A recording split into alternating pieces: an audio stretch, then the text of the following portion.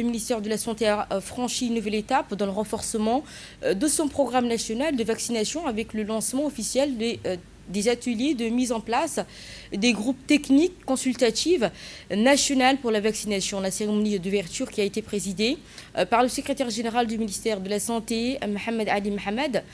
Cette nouvelle instance d'expertise indépendante aura pour mission de fournir des avis scientifiques et techniques afin d'orienter les politiques nationales de vaccination et de contribuer à ces décisions fondées sur des données probantes. La rencontre qui a réuni le représentant adjoint de l'UNICEF à Djibouti, la représentante de l'Organisation mondiale de la santé, l'OMS, le coordinateur du programme élargi de vaccination PEV, ainsi que plusieurs experts et cadres du secteur de la santé. Dans son allocution d'ouverture, le secrétaire général a souligné l'importance stratégique de NITAG dans l'amélioration de la qualité des recommandations relatives aux vaccinations, dans le renforcement des actions du gouvernement pour protéger la population contre les maladies évitables par la vaccination. De leur côté, le représentant de l'OMS et de l'UNICEF ont réaffirmé leur engagement à fournir les recommandations techniques et scientifiques à cette mission. À l'exercice VPOP ne sont pas de simples démarches techniques. Ils constituent un levier stratégique pour éclairer les choix nationaux, préserver les acquis et orienter les ressources vers les interventions les plus porteuses d'impact. Je tiens à saluer le leadership du gouvernement de Djibouti et l'engagement constant du ministère de la Santé pour faire de la vaccination une priorité de santé publique, de protection de l'enfance et de développement humain. Les progrès enregistrés sont réels, mais les défis demeurent importants. Inégalité d'accès, pression financière, transition progressive du soutien de Gavi et évolution des besoins de santé publique. Dans ce cadre, chaque décision vaccinale doit être guidée par l'impact, l'équité, la faisabilité et la durabilité.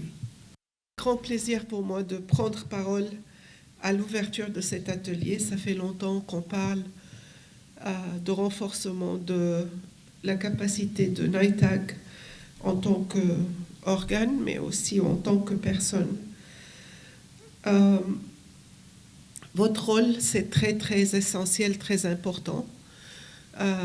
Pas seulement pour les vaccins qui existent, qu'on connaît, mais aussi on a vu durant Covid, il fallait des décisions très rapides pour faire entrer le vaccin de Covid.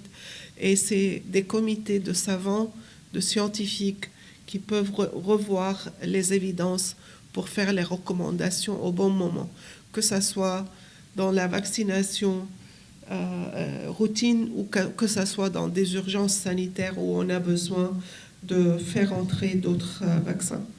Votre rôle, bien que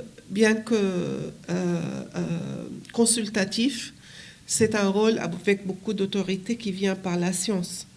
C'est la science qui dit quoi il faut faire entrer et quoi on ne va pas faire entrer. Donc, cette autorité scientifique, c'est ce qui fait marcher les politiques de santé. C'est ce qui fait, c'est ce qui donne la base pour les décisions de santé publique. Cet événement marque une étape importante dans le renforcement de notre système de santé.